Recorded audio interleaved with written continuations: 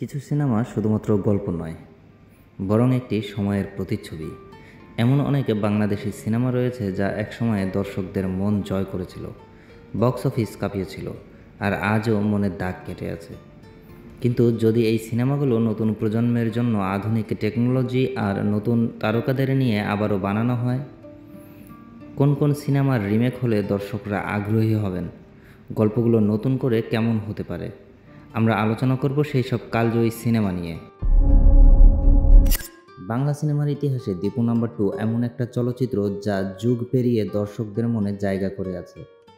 কেমন হবে যদি এই সিনেমাটি নতুন প্রজন্মের অভিনেতাদের নিয়ে আবারও তৈরি করা হয়? তোর মা নিশ্চয়ই একদিন ভালো হয়ে যাবেন।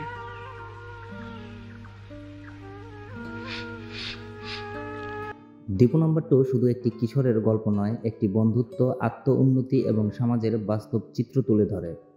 আজকের যুগেও কিশোরেরা স্কুলের নতুন পরিবেশে খাপ খাওয়ানো, বন্ধুত্ব গড়া ও নানা সমস্যার সম্মুখীন হয়। এই গল্পটি এখনও দর্শকদের ছুঁয়ে যেতে পারে, তবে যুগের সাথে কিছুটা পরিবর্তন করা যেতেও পারে। হয়তো দীপুর বাবা মায়ের মধ্যে সম্পর্কের জটিলতা দেখানো যেতে পারে। এত সব জিনিসপত্র নিয়ে এলি, মার সাথে খুব খাতির হয়ে গেছে বুঝি তোর। আমাকে ছেড়ে আবার আমেরিকা চলে যাবি না তো? বাংলাদেশে আগের সিনেমাগুলোর রিমেক তেমন হয়নি, তবে এই গল্পটি সত্যি একটি ভালো রিমেক হতে পারে, বরং নতুন প্রজন্মকেও শেখানোর মতো অনেক কিছু আছে। আমাদের দর্শকদের মাঝে দেশপ্রেমিক সিনেমার আলাদা একটা অবদান আছে।